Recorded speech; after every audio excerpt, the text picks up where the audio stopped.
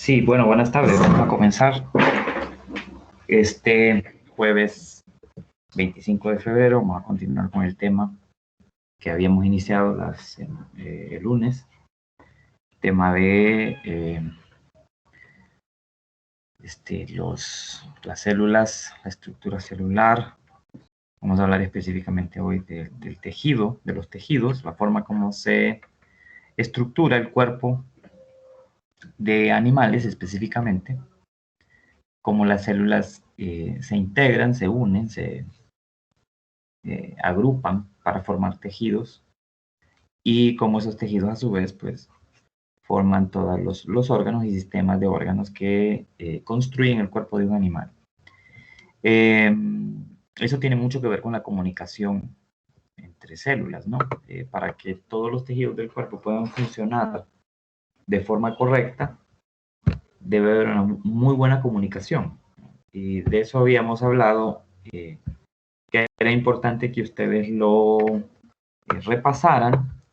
En una de las presentaciones, recuerdan que se les mencionó la vez pasada, en este tema, después de hablar de los mecanismos de movimiento de materiales, luego había una parte aquí en la presentación que habla sobre uniones celulares, la forma como las células establecen comunicación unas con otras y las diferencias que hay entre esas uniones. Diferentes tipos de uniones celulares en el cuerpo, en los tejidos del cuerpo, uniones de anclaje, uniones estrechas, uniones de hendidura, plasmodesmos. Entonces, cuando se estudia cada una de estas uniones, se entienden las diferencias. Entonces, esa parte ustedes la tienen que estudiar, la tienen que leer, por supuesto, repasar con los libros, ¿no? Recuerden que en las presentaciones son resúmenes, pero en los libros aparece la explicación completa. No me voy a detener hoy en esto porque en realidad no es un tema complicado, simplemente es entender cada uno de estos tipos de uniones celulares, cómo se diferencian, por qué son diferentes tipos. Eso está explicado en los capítulos del libro que ya mencionamos. Quizá lo que no explicamos a cabalidad la vez pasada fue este tema. Ahorita lo vamos a explicar de manera rápida y luego pasaremos al tema de los tejidos. El tipo de soluciones. Habíamos dicho que el cuerpo de los seres vivos, las células, en cierta manera son una solución, porque son una mezcla, una combinación entre solutos y solvente. Y que el solvente o el disolvente universal es el agua, y que los solutos pues, pueden ser cualquier molécula que interactúe con las células. Pueden ser carbohidratos, pueden ser lípidos, proteínas, pueden ser compuestos inorgánicos, pero el solvente o el disolvente universal siempre va a ser el agua en el cuerpo de los seres vivos. Entonces recuerde que eso es una solución, una mezcla entre soluto y solvente. Entonces, ¿por qué decimos que el cuerpo de un ser vivo es una solución? Bueno, porque en primer lugar, estructuralmente hablando, el cuerpo de un ser vivo está formado de más de un 60-70% de agua. Estructuralmente hablando, el cuerpo celular está formado en un 70% aproximadamente de agua. Y lo demás, pues obviamente son moléculas que forman los organelos y a su vez aquellas moléculas que interactúan con la célula para lograr diversas acciones y diversas funciones celulares. Entonces, esto de las soluciones, quizá ustedes ya lo han escuchado antes, pero vamos a tratar de explicarlo. Y es que en el cuerpo de un ser vivo podemos hablar de soluciones hipotónicas, isotónicas e hipertónicas. ¿A qué me refiero o a qué nos referimos con esto? En primer lugar, bueno, fijémonos en este ejemplo, a ver, en el libro. Vamos a buscar el libro o uno de los libros Y vamos a fijarnos aquí en el capítulo 15 del libro de Solomon. A ver, vamos a buscar el ejemplo de las soluciones. Está más abajo. Es el libro de Solomon. A ver, no uso el de Out de Circa ahorita porque lo tengo en otras páginas, no lo quiero perder. Entonces, a ver. Vamos a movernos hasta el tema de las soluciones. Vamos a ver. Creo que aquí ya me pasé más bien. Vamos a buscarlo por acá.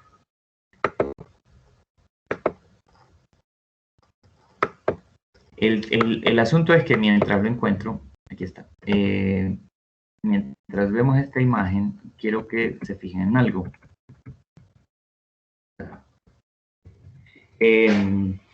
Hagamos de cuenta y caso que este beaker que usted está viendo aquí en la imagen, a ver, este beaker, sí estamos viendo que estamos compartiendo pantalla, sí, ¿verdad? Sí. Entonces hagamos de cuenta y caso de que este beaker que está aquí es el cuerpo nuestro. Y que el agua que se ve aquí es el agua que rodea los tejidos del cuerpo, el agua que forma parte de nuestro cuerpo. Y que estas son las células en los tejidos de nuestro cuerpo.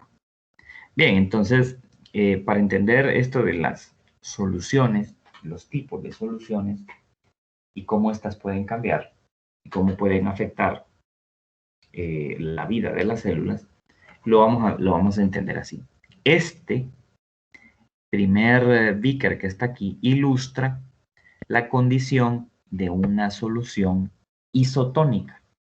Una solución isotónica es aquella solución en la que las concentraciones de agua que están dentro y fuera de la célula son las mismas o son por lo menos equivalentes, ya que misma concentración de agua adentro, misma concentración de agua afuera. Misma concentración en el sentido del volumen que puede captar una célula o que puede contener una célula internamente en relación con los solutos que están disueltos en esa agua. Entonces aquí en la imagen, aquí arriba, se puede ver aquí en rosado, esta sería la membrana plasmática. Lo que está hacia aquí afuera, hacia la izquierda, sería el fluido extracelular. Todo el fluido que está fuera de la célula, o sea, todo esto, en este ejemplo. Y al otro lado de la membrana sería el fluido intracelular, que sería el que está dentro de las células. Entonces, en azul usted ve moléculas de agua, tanto fuera como adentro. Y en verde usted ve solutos, que serían moléculas X, cualquier molécula. Entonces, fíjese que se muestra que en una solución isotónica hay hay un equilibrio en las concentraciones de solutos y de solventes que hay afuera y adentro de la célula. De tal manera que el agua no está entrando ni saliendo constantemente de la célula, ni hay mayor dificultad en el funcionamiento celular. Eso quiere decir que nuestro cuerpo debe ser una solución isotónica para que todos los tejidos, todas las células funcionen bien. ¿Sí? Debe de haber un equilibrio entre las concentraciones de soluto y solvente dentro y fuera de la célula. Eso es una condición de isotonía o solución isotónica. Así debe de funcionar el cuerpo. Ahora, y aquí lo que se está ejemplificando es un glóbulo rojo en la sangre. Ahora, fíjese que cuando ocurre cuando en vez de estar en una solución isotónica, una célula en el cuerpo, la solución es hipertónica, quiere decir esto que hay más solutos, hay mayor concentración de solutos afuera de la que hay adentro. Y el agua de adentro, entonces, el agua de adentro de la célula tiende a salir hacia afuera. Eso se entiende así como aparece aquí en la imagen. Vea, aquí está la membrana. Y se ve claramente que afuera hay más solutos, los círculos verdes, que adentro. O sea, hay más concentración de solutos afuera que adentro de la célula. Y entonces se ve claramente también por la flecha que tiende a haber entonces un movimiento de agua hacia afuera de la célula. O sea que la célula está perdiendo agua. Eso es cuando la célula está en un medio hipertónico. Ejemplo de esto, cuando usted se mete a la piscina, cuando usted va a nadar a una piscina, o cuando usted se mete al mar. Usted lo que está haciendo es introduciendo su cuerpo en un medio hipertónico. ¿Por qué? Porque el agua de mar o el agua de la piscina contienen una mayor concentración de solutos. Por ejemplo, cloro, iones de cloro, o por ejemplo, sales, varias sales, muchas sales, sales minerales. Entonces, como hay una mayor concentración afuera y menor adentro de la célula, el agua tiende a salir de sus células hacia afuera. Por eso es que usted cuando sale de la piscina o cuando sale del agua del mar, se ve los dedos o se ve el cuerpo y se ve deshidratado, se ve como que los dedos los tiene chupados, como le decimos popularmente. Eso es porque el agua dulce del interior de sus células está saliendo hacia afuera del cuerpo. Porque usted está en ese momento en una solución hipertónica. ¿Qué ocurre cuando una célula está en una solución hipertónica por mucho tiempo? Se deshidrata completamente, como se puede ver aquí en la imagen, y se muere. Se muere la célula. Entonces nosotros no podemos sobrevivir en medios hipertónicos. No podemos. La ventaja que tenemos los animales que vivimos fuera del agua, o sea, los animales terrestres, o los seres vivos que vivimos fuera del agua, no dentro del agua, la ventaja que tenemos es que es difícil que vayamos a estar en esa condición, de que estemos en un medio hipertónico, a menos que nos metamos al agua de mar o a un agua con mayor concentración de solutos, no vamos a tener ese problema. Pueden pasar otras cosas, pero ya voy a explicar por qué digo que pueden pasar otras cosas, pero tenemos esa ventaja los animales terrestres, que no vivimos en un medio acuático, entonces no sufrimos esos cambios, digamos, en cuanto a las soluciones del cuerpo y del agua que nos rodea. Ahora, en el medio, en la solución hipotónica, más bien lo que pasa es lo contrario de la isotónica, o de la hipertónica, perdón. Es lo contrario, porque más bien afuera hay menos concentración de solutos y hay más adentro de la célula, lo cual hace que el agua más bien tienda a entrar desde afuera hacia adentro.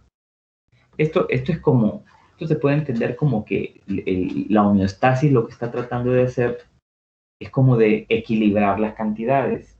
Si hay más solutos adentro y menos afuera y por lo tanto hay más agua afuera, el agua tiende a entrar hacia dentro de la célula como para diluir los solutos o como para forzar un equilibrio. Entonces en ese caso también es un problema porque las células comienzan a hincharse, o sea, se llenan de agua, más de la cuenta, más de lo normal.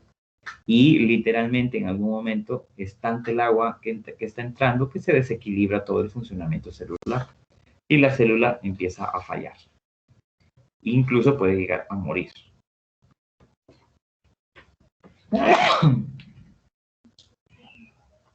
Perdón. Bueno, ¿cómo puede ocurrir un problema relacionado con esto de un cambio de solución, por ejemplo, hipotónica con nosotros? Bueno, hay personas que tienen o sufren algunas condiciones de salud que, por ejemplo, hacen que retengan mucho líquido. ¿Se han fijado que hay enfermedades o hay condiciones físicas que hacen que una persona retenga líquidos en el cuerpo? Entonces se va viendo más hinchada la persona, porque lo que está reteniendo es agua.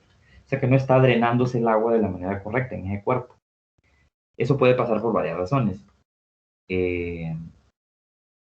Por ejemplo, por un mal funcionamiento del sistema linfático o por una obstrucción al sistema linfático en nuestro cuerpo. ¿Qué es lo que pasa con la gente que padece de elefantiasis? ¿Se ha fijado en las personas que tienen elefantiasis, que tienen las extremidades inferiores, las piernas, o comúnmente una o ambas, muy hinchadas, muy inflamadas, grandes en tamaño? Eso es porque el sistema linfático está obstruido por un parásito, que es un helminto, que es un gusano. Ese gusano tapa los conductos linfáticos que sirven, entre otras cosas, para drenar el agua y mantener las concentraciones de agua correctas en el cuerpo. Entonces retiene mucho líquido. Y cuando se retiene demasiado líquido en el cuerpo pasa esto. Las células comienzan a desestabilizarse porque están recibiendo más cantidad de agua de lo normal y eso hace que haya mal funcionamiento de los tejidos y de varios órganos, de hecho. Entonces, estas cosas ocurren, estas cosas pueden pasar. Lo normal es que la homeostasis celular nuestra haga todo lo posible por mantenernos en una condición de solución corporal isotónica, que es mismas concentraciones de solutos y de solventes dentro y fuera de la célula. En las plantas o en cualquier otro ser vivo igual pasa lo mismo. Si una planta, una célula vegetal, está sometida a condiciones hipertónicas, o quiere decir que la planta está rodeada de una solución hipertónica, o sea, en el agua están mezclados muchos solutos, mucho más de lo que hay en el interior de la célula, lo que va a pasar es que la célula va a tender a perder agua, a perder agua dulce, se va a deshidratar, como aparece aquí, y al final se va a morir. Y la planta entonces se muere. Como por ejemplo cuando la gente quiere regar las plantas con agua con jabón o agua con detergente y le echa muy seguido agua con detergente a la planta. La va a matar porque lo que está haciendo es volviendo el medio, la tierra, junto con el agua que está incluyendo, la está volviendo una solución hipertónica. Y la planta entonces se va a deshidratar. O pasa con lo mismo con los herbicidas o con los fertilizantes que se echan a la tierra y luego las plantas quedan en esa situación. Entonces se deshidrata la célula y se muere la planta. Eso se llama plasmólisis. En el caso de las plantas, ese fenómeno se llama plasmólisis, ¿ya? Cuando las células se deshidratan y se mueren por estar en un medio hipertónico. Bueno, entonces el cuerpo humano es bien complejo, ¿verdad? El cuerpo humano y el cuerpo de los animales, hablando específicamente de los animales, porque los humanos somos animales, es bastante complejo. Como ya decíamos antes, la homeostasis es toda aquella serie de procesos que hacen que nuestro cuerpo funcione de la manera correcta, logrando hacer cambios en las funciones de los tejidos.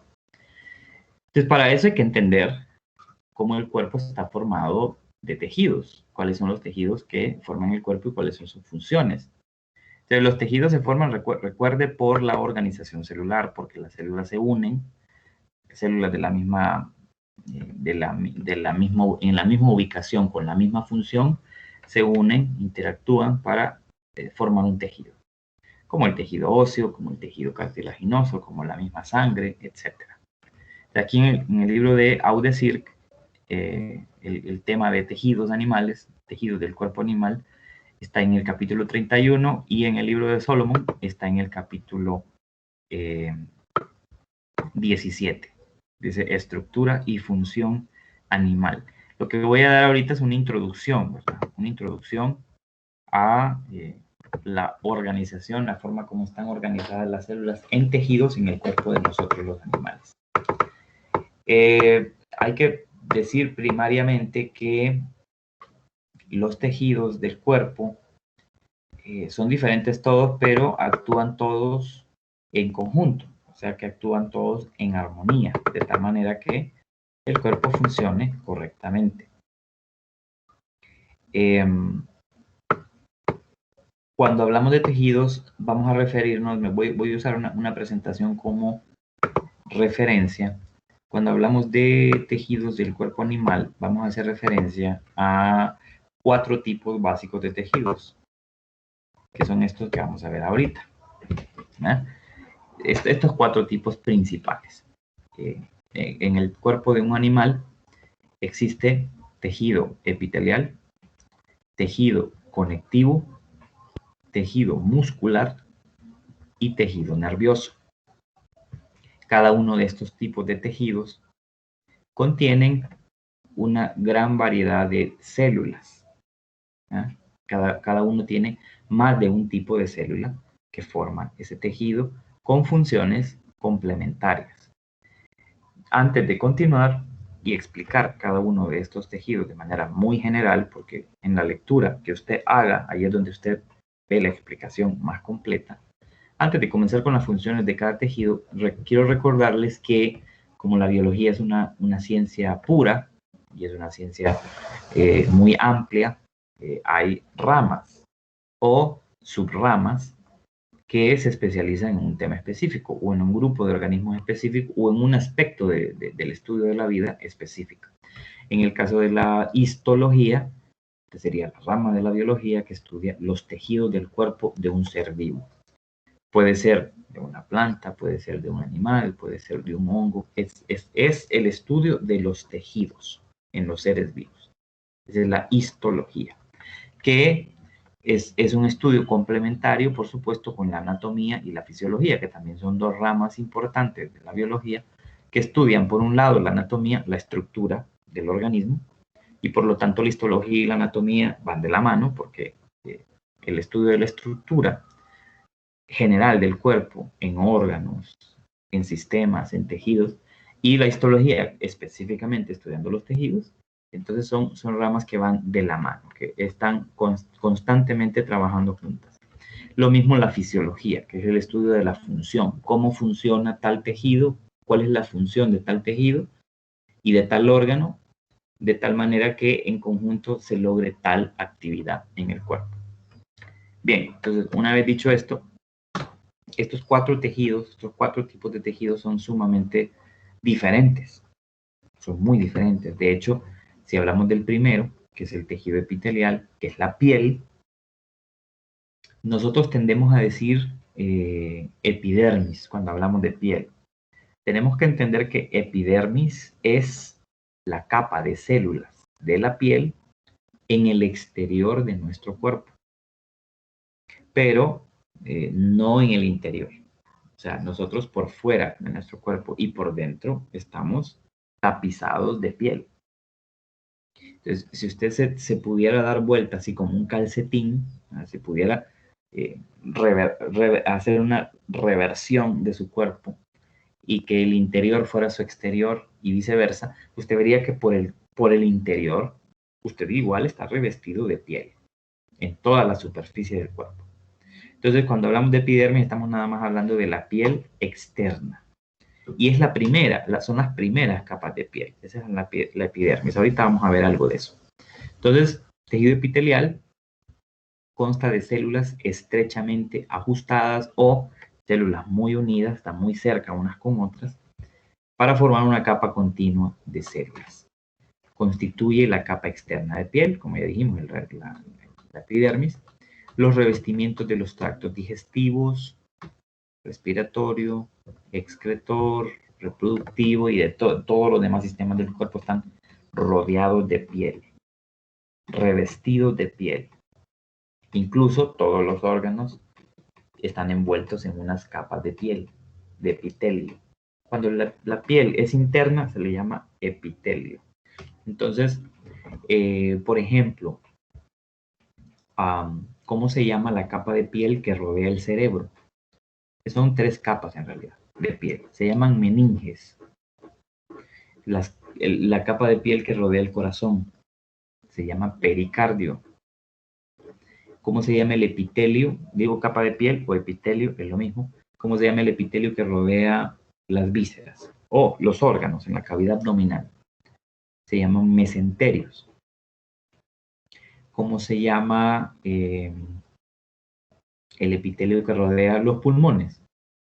Se llama pleura. Entonces vea usted que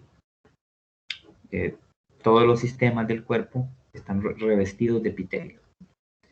O sea, la piel está por todas partes. De hecho, es considerado un órgano. Ya no solamente un tejido, sino un órgano. Y es el más extenso del cuerpo. Es la piel, el tejido epitelial. Como hay muchas células, vamos a ver ahí un poco de la diferente gama de células que forman el tejido epitelial. Pero hay que hablar de las funciones en general del tejido epitelial. En primer lugar está la función de protección, externamente, nuestra piel es una barrera, ¿no? Una barrera que aísla a todos los microorganismos, por ejemplo, que están en el exterior de nuestro cuerpo, del interior del cuerpo. Entonces, es una protección, es una barrera de protección. Es la primera barrera de cualquier agente extraño, ya sea agente químico, agente biológico o agente físico, para entrar al interior del cuerpo y llegar hasta las células y llegar al ADN celular. Entonces, es una barrera, es una protección. La absorción es otra de las funciones de la piel. Absorción, hay partes del cuerpo en donde se realiza absorción, por ejemplo, de nutrientes, en el caso del intestino delgado. Entonces, las células epiteliales del intestino absorben los nutrientes que son el producto del metabolismo celular, de tal manera que esos nutrientes luego pasen al sistema circulatorio, a las venas, y se vayan por esas venas, se distribuyen todos los nutrientes a todos los tejidos del cuerpo. Y el oxígeno también, ¿verdad? Los gases, incluso los desechos, ¿verdad? Que se eliminen. Pero la absorción es esa, es la absorción de, por un lado, en el sistema digestivo de nutrientes, en el intestino, como también por otro lado, absorción de gases, por ejemplo, en el tejido respiratorio, en los pulmones, en los bronquios, ¿verdad? Secreción, bueno, la piel también tiene una función de secreción porque hay glándulas en la piel.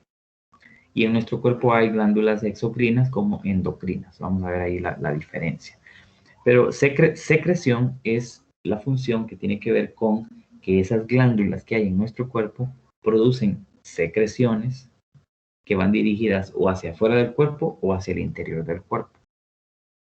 Entonces hay, como dije, glándulas que producen secreciones que van dirigidas hacia el exterior del cuerpo, como hay glándulas que producen secreciones que van dirigidas hacia los órganos internos. Y luego está la función de sensación. Bueno, sensación porque recuerde que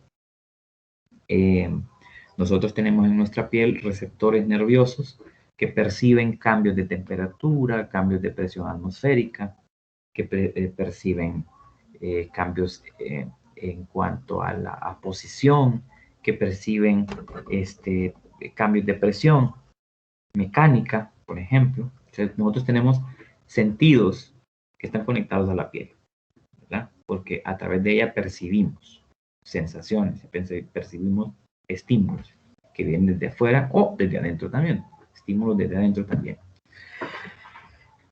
Interesante que cuando hablamos de piel, cada parte del cuerpo que está recubierta de piel está recubierta de una capa, dos capas, tres o más capas de piel.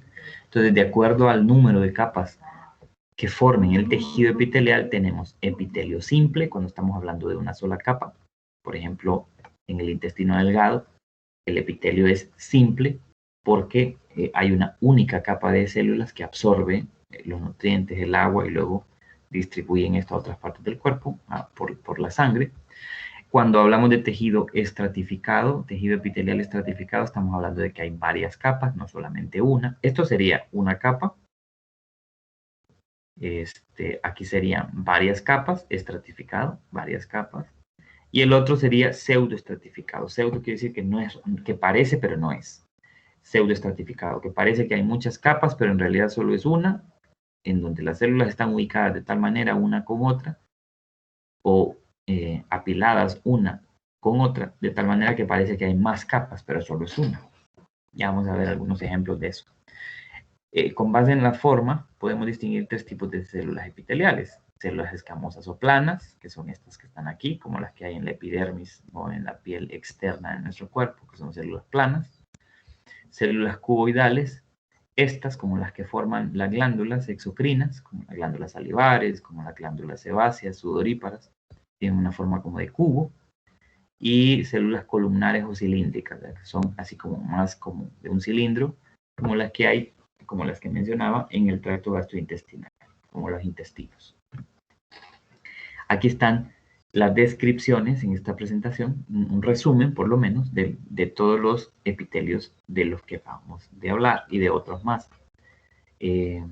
epitelio escamoso simple, cuboidal simple, columnar simple, escamoso estratificado y pseudoestratificado. En los libros, si nos vamos a los libros, y si hablamos de tejido epitelial, vamos a ver un poquito más abajo de aquí.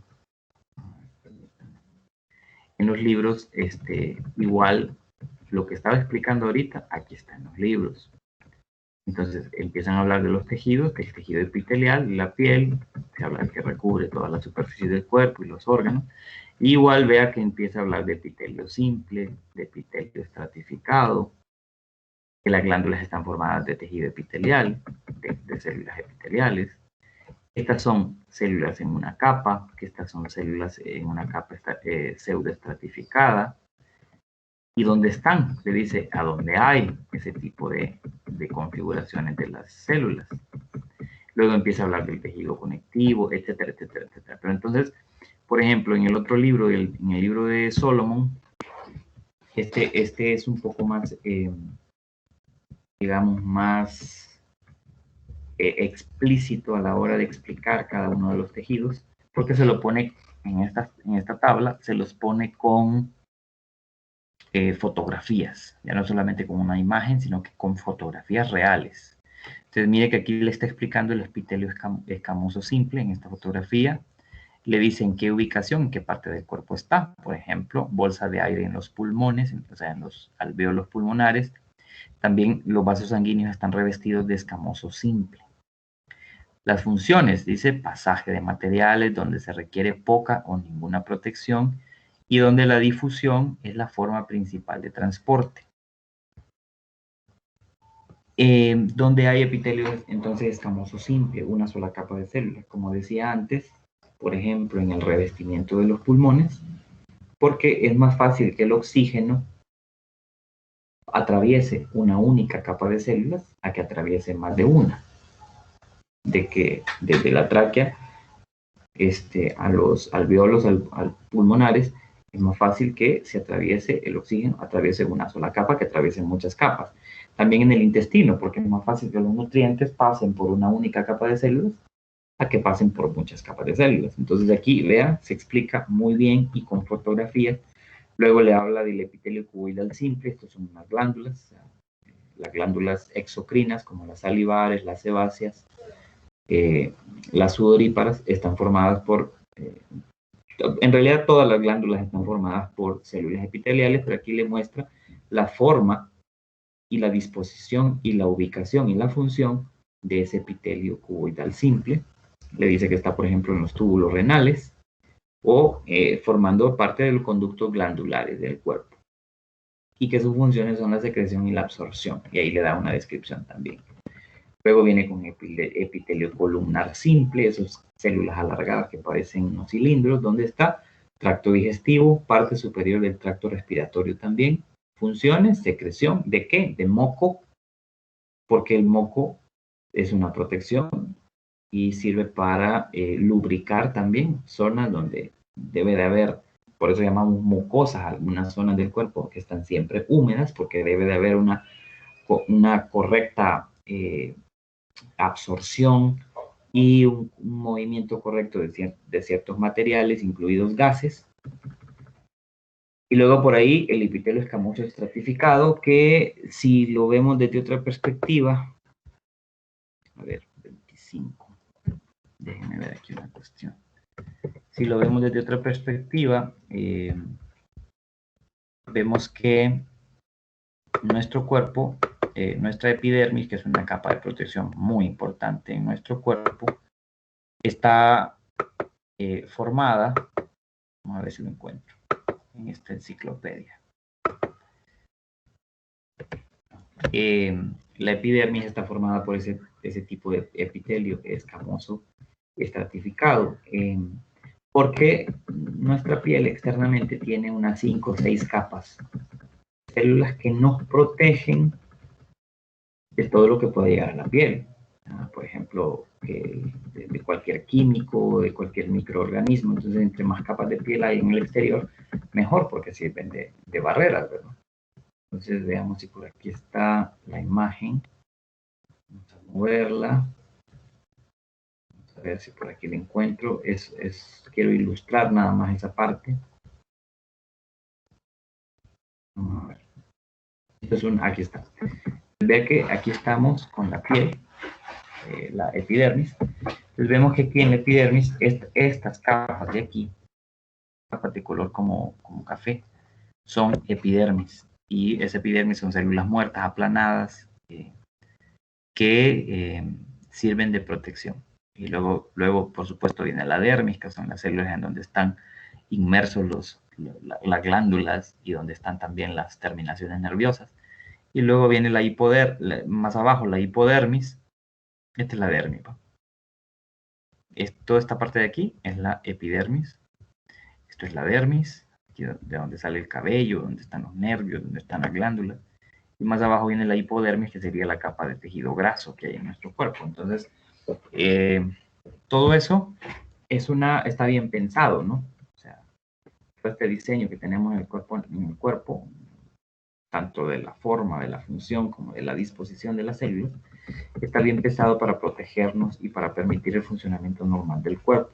Epitelio pseudoestratificado. Y luego fíjense que en este capítulo del libro de Solomon incluso se empieza a explicar el tejido conectivo. Ahorita llegamos a eso. Volvamos aquí a la presentación un momento. De aquí está el tejido. Algunas imágenes que muestran ubicaciones, así como les acabo de mencionar en el libro, que está más detallado. En el libro es un detalle completo, solo que aquí es algunas imágenes que ilustran. Incluso algunas células especiales, como las células caliciformes, que son las que producen el moco en todas las mucosas del cuerpo. Algunas de sus funciones, la forma que tienen las células, las glándulas exocrinas, que tienen un conducto que produce, en donde se conduce esa secreción hacia el exterior del cuerpo, como en el caso de las glándulas sebáceas, glándulas salivares, glándulas sudoríparas. Y tenemos aquí las glándulas endocrinas, que también están formadas de piel, pero que no tienen conductos que llevan secreciones hacia el exterior del cuerpo, sino que las hormonas, que son las secreciones que producen, secreciones hormonales, están dirigidas hacia órganos específicos del cuerpo y se mueven a través de la circulación sanguínea. Que aquí habla un poco de las mucosas, esas zonas que yo le menciono, que son importantes, la lubricación de ellas. Y luego las glándulas endocrinas del cuerpo, que son muchas y que junto con el sistema nervioso, recuerde que el sistema endocrino, el sistema de glándulas endocrinas que tenemos en el cuerpo, son las que controlan básicamente el funcionamiento general del cuerpo. Principalmente el nervioso, pero luego viene el endocrino. Porque recuerde que las hormonas controlan nuestro comportamiento, nuestro crecimiento, el funcionamiento de los órganos, etc. Entonces son sumamente importantes los dos sistemas.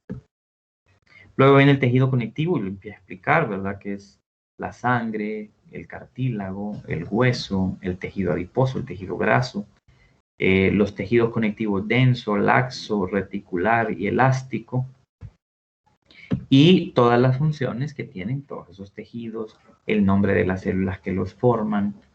Entonces, todo eso está en los cuadros aquí en la presentación, un resumen de de cada uno de esos tejidos conectivos. Por ejemplo, el adiposo, las células grasas que tenemos en el cuerpo y que almacenan esa grasa que después de la ingestión, ¿verdad? Después de que comemos alimentos ricos en grasa, el cuerpo almacena grasa como una reserva de energía, como un colchón mecánico para evitar golpes en el cuerpo, para proteger los músculos, los órganos de golpes, como un aislante térmico y todas las demás funciones que tiene la grasa. Como en muchas partes del cuerpo, pues nosotros almacenamos grasa, ¿verdad? Por ejemplo, en las glándulas mamarias, que al final esa grasa se transforma en leche por un proceso metabólico, hormonal y enzimático, como en el abdomen almacenamos grasa, como en la espalda también, en los brazos, en los muslos, en los glúteos, en todas esas zonas del cuerpo, ¿no? Por debajo de la dermis tenemos una hipodermis, que es la capa de grasa que tenemos por esas zonas del cuerpo, donde almacenamos esa sustancia lipídica. El tejido conectivo cartilaginoso, el cartílago, que sirve para lugares en el cuerpo donde hay movimiento o donde se necesitan estructuras fuertes, pero que no sean tan duras. Te pone el ejemplo aquí de un pez, el tiburón, que es pues de los únicos animales o grupos de peces en la tierra que el cuerpo está formado completamente de cartílago. Por eso es que nunca encontrará un esqueleto de un tiburón. Solo se encuentran las mandíbulas, porque las mandíbulas contienen mayor concentración de sales minerales como sales de calcio o de fósforo, que son las que hacen que esas mandíbulas sean duras. Pero de ahí todo el cuerpo es cartílago. El cartílago, cuando la persona se muere, se degrada, se deshace. Por eso cuando usted ve un cráneo, por ejemplo, ve que la nariz no permanece, sino que aparece un hueco. O que las orejas igual en un cráneo humano no aparecen porque se deshicieron, porque son cartílagos. Claro, el cartílago se comienza a formar, por supuesto, desde que usted está gestándose en el vientre de su madre, ¿no? Y hay muchas partes del cuerpo en donde hay cartílago que facilitan el movimiento y evitan la fricción innecesaria de partes óseas, por ejemplo, como por ejemplo en las rótulas o en las coyunturas, en las articulaciones, en todas las articulaciones nosotros tenemos cartílago, o por lo menos en las articulaciones mayores, porque en las falanges de los dedos no tenemos. Luego en las orejas, o sea, pabellón auricular, en la nariz, en los discos intervertebrales de la columna, etcétera. El tejido conectivo óseo, el hueso, que también es importante, porque recuerde que en el hueso ocurre un fenómeno llamado hematopoiesis en la médula espinal roja de los huesos largos como el fémur. Y la hematopoiesis es el proceso a través del cual se produce la sangre. O sea, los glóbulos rojos, los glóbulos blancos son fabricados en la médula ósea roja de los huesos más largos en el cuerpo. Aparte de que el tejido óseo es un tejido endurecido por carbonato de calcio, sulfato de calcio, que permite que el hueso sea duro y nos sirva como de un esqueleto interno. Aparte de eso, pues la estructura que le da al cuerpo, ¿no? La inserción de los músculos al hueso hace posible que nosotros pues tengamos un cuerpo no flácido, sino que con un poco de ejercicio físico podemos tener un cuerpo bien tonificado. Aquí lo que les mencionaba, la médula ósea, que puede ser médula ósea roja, donde se producen los glóbulos rojos y blancos por el proceso llamado hematopoiesis, o puede ser una médula ósea amarilla, que es una reserva de grasa que se guarda en los huesos, en el interior de los huesos. Por eso cuando usted a veces está comiendo un pollo y muerde el hueso, usted siente adentro una sustancia, una grasa interna del hueso que no sabe mal cuando está cocinado el hueso, porque eso es una grasa, es una reserva de grasa que tienen los huesos. El tejido muscular le explica que pues, está formado de células alargadas que se llaman fibras musculares o miocitos. Cada uno de los tejidos tiene un tipo de célula específica o característica. Por ejemplo, el cartílago son los condrocitos. En el hueso son los osteocitos. En el muscular son las fibras musculares o miocitos. En la sangre pues están los eritrocitos, que serían los glóbulos rojos, los glóbulos blancos o leucocitos. Luego en el tejido graso están los adipocitos, etc. Entonces cada tejido tiene un nombre, unas células características. Tenemos el tejido muscular, que está formado de tres grupos, digamos, diferentes de músculos: músculo cardíaco, músculo estriado esquelético y músculo liso, con diferentes funciones cada una.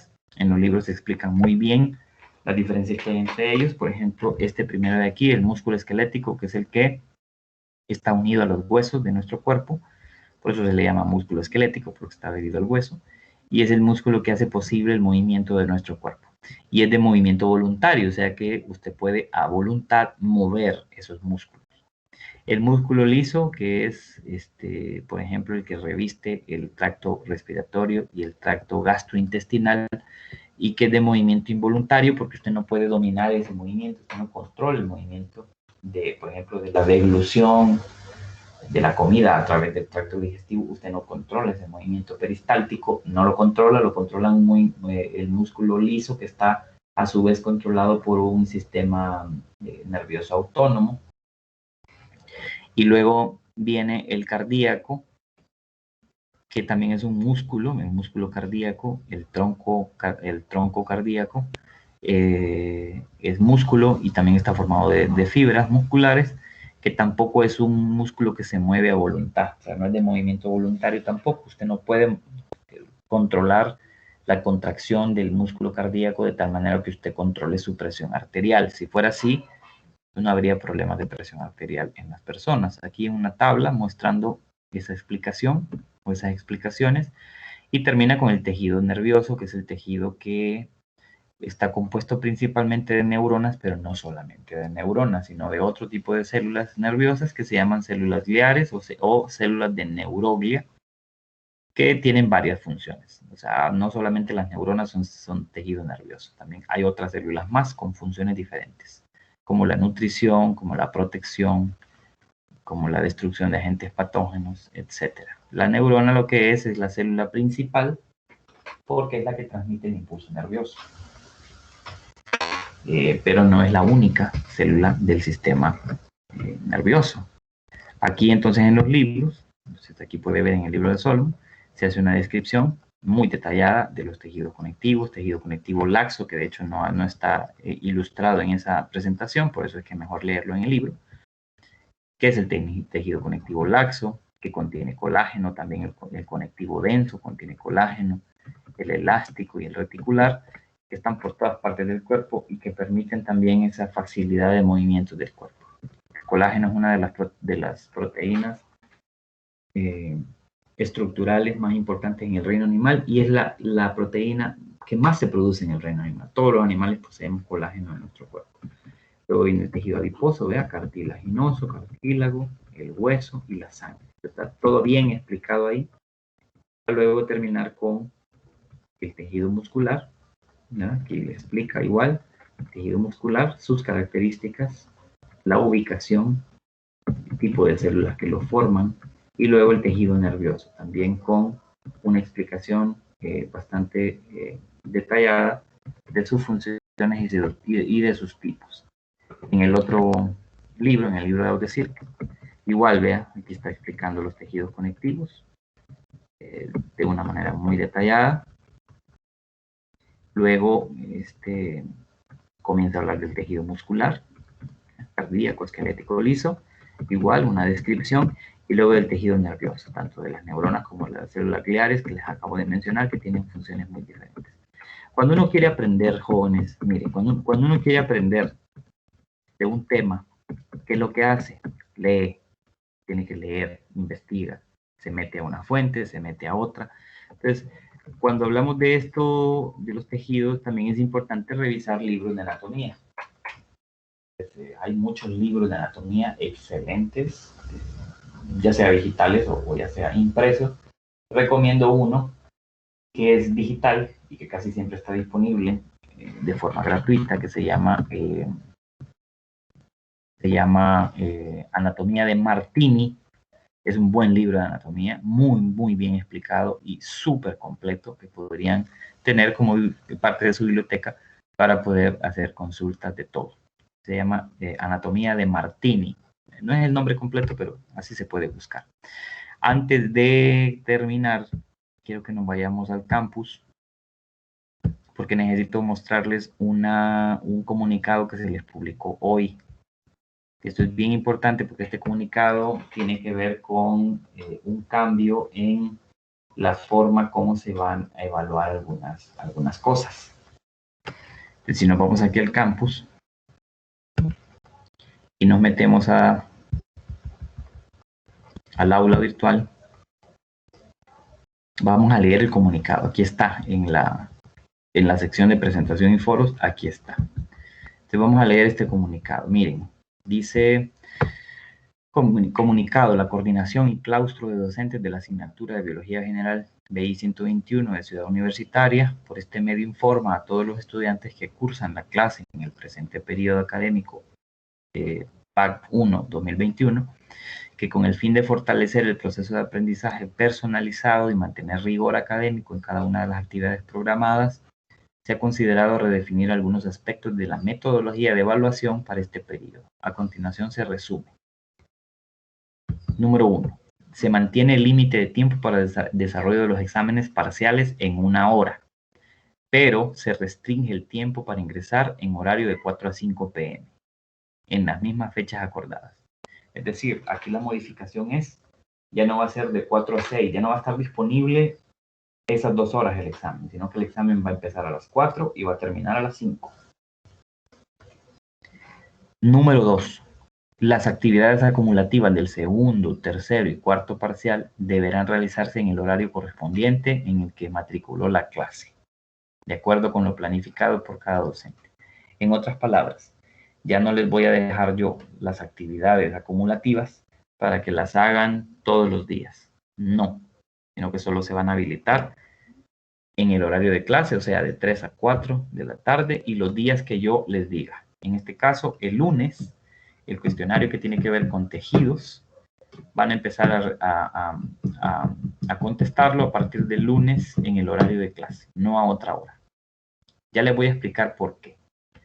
Y luego el número 3 dice, se mantiene el valor de los acumulativos y de cada parcial. O sea, los valores de acumulativos y de examen no cambian. ¿Por qué se ha hecho esta disposición de que no esté disponible todo el tiempo los cuestionarios o el examen duren, lo puede hacer alguien a las 4 o lo puede hacer a las 5? ¿Por qué ya no? Porque en muchas secciones, conocemos de algunas, pero no de todas, en algunas secciones tenemos evidencia de que ha habido copia en los exámenes. Una persona ha hecho el examen y al terminar les ha mandado la respuesta a todos los demás. Y también en los cuestionarios.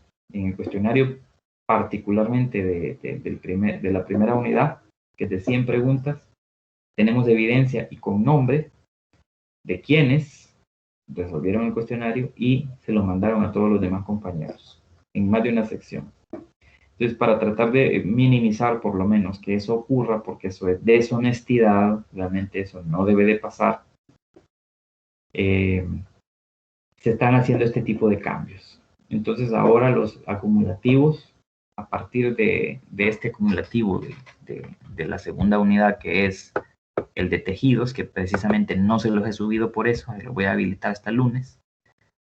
Según calendario era el 23 que tenía que estar habilitado, pero no, aquí dice segunda unidad. Miren, si usted se mueve para acá abajo, ve que solamente está el acumulativo de observación del video del interior de la célula. Ese sí no se los he quitado así de que lo contesten, pero sí el que teníamos que subir el 23, ninguno de los profesores lo hizo porque estábamos discutiendo qué hacer y cómo hacerlo. Entonces, el lunes sí se lo voy a habilitar para que lo comiencen a trabajar. Entonces, no debe de pasar esas cosas porque realmente el daño lo hace uno, o sea, el estudiante. El estudiante es el que se hace daño porque si otro le está resolviendo los trabajos, no va a aprender nada. No se va a esforzar buscando respuestas, por lo tanto no va a aprender, no va a mostrar interés.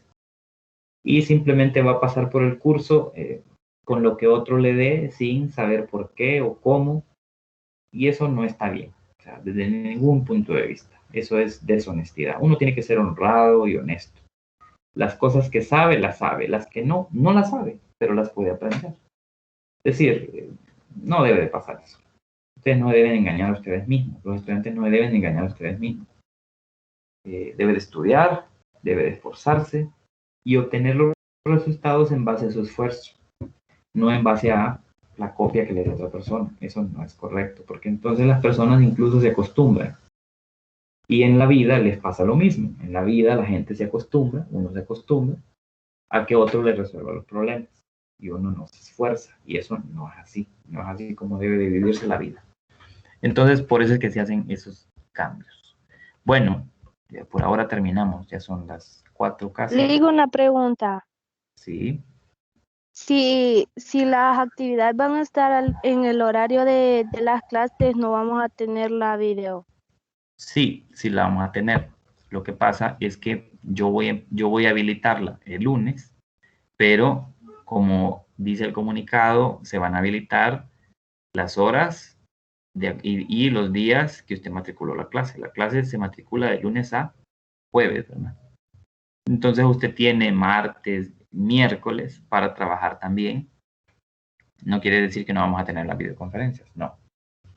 Ah, bueno, entonces sería toda la semana que va a habilitarla. A la Pero hora de solo, clase. sí, A la hora de clase. de 3 a Y 4. así es. Y me voy a meter yo a supervisar que así sea. ¿Verdad? Ah, ok, está bien. Básicamente. Bien, entonces, saben que cualquier pregunta académica que tengan me la pueden hacer. Yo voy a revisar, el chat. Y igual la mensajería, usted me puede preguntar, le voy a contestar. Y bueno, la videoconferencia siempre pregunte, ¿verdad? Cuando tengamos la videoconferencia, interrúmpame y hágame preguntas. Y si solo tengo que contestar preguntas yo en la videoconferencia, solo eso hago, sin ningún problema. Entonces, siempre estemos pendientes de los anuncios en el aula. Y bueno, por ahora terminamos, pero déjeme decirle que siempre voy a tratar de dejarle otros videos que le ayuden a entender un poco algunos temas. Yo voy a grabar algunos y les voy a proporcionar otros de YouTube para que sea como una ayuda para los temas, ¿verdad? Para lo que va leyendo vaya teniendo menores dudas. Bueno, si no hay nada más, terminamos ahí. Que pasen una buena tarde y nos veríamos hasta la próxima semana. Bueno, gracias, Lick. Igual, pasen una linda tarde. Por Buenas nada, tardes, gracias a gracias. ustedes. Por nada, buenas tardes.